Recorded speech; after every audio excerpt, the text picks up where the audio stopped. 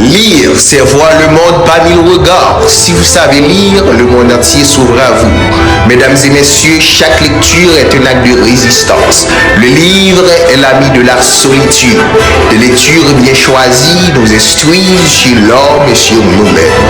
Sur ces entrefaites, la GIEJEC, la bonne nouvelle, a le plaisir de vous présenter Parlons au livre, une rubrique du livre, une rubrique pour le livre. Allez, nous vous attendons.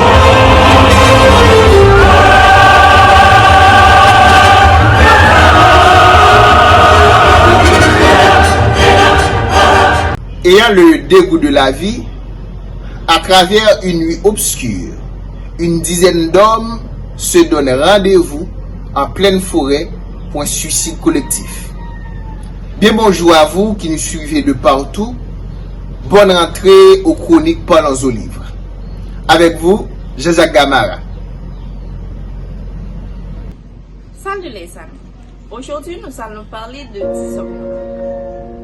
10 hommes noirs fait partie de Poème de la mort d'Étienne Villers. C'est l'histoire de 10 hommes noirs, vêtus de noir, sur 10 chevaux blancs, en route vers une maison au milieu de la forêt, dans un débat prévu pour minuit.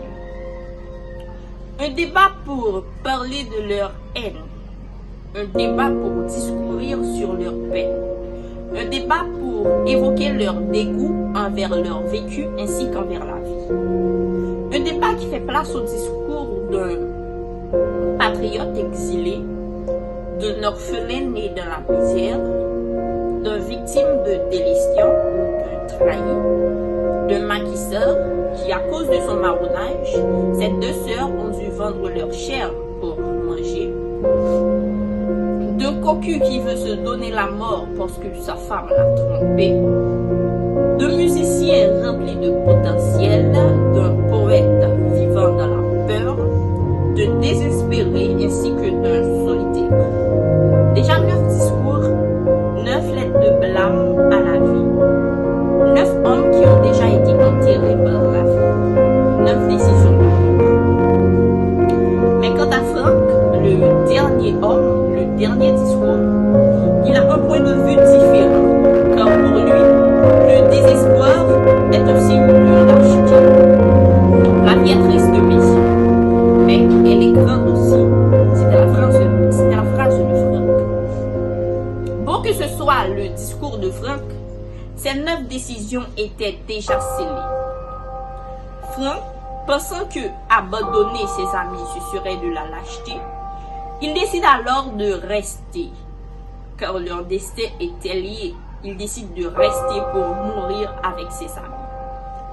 L'ordre du massacre était la suivante. Les 10 hommes s'alignent en rang, un par un. Le deuxième homme aura tué le premier homme. Le troisième tuera le deuxième, le quatrième tuera le troisième, ainsi de suite.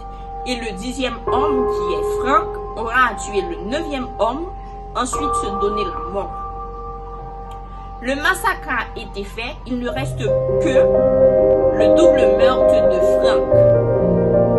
Franck, rempli de peur et de désespoir, a pris ses forces pour tuer son ami, le 9e homme. Après avoir tué son ami, Franck était rempli de désespoir.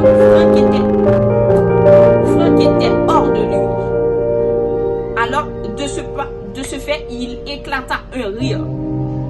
Un rire pas comme toutes les rires. Il éclata un rire glaçant, un rire terrifiant, un rire effrayant. Il ria de toute sa voix, il ria dans toute la pièce. Puis la folie l'emporta durant tout le reste de sa vie. C'est l'histoire de 10 hommes noirs écrit par Étienne Villers dans Poème de la mort.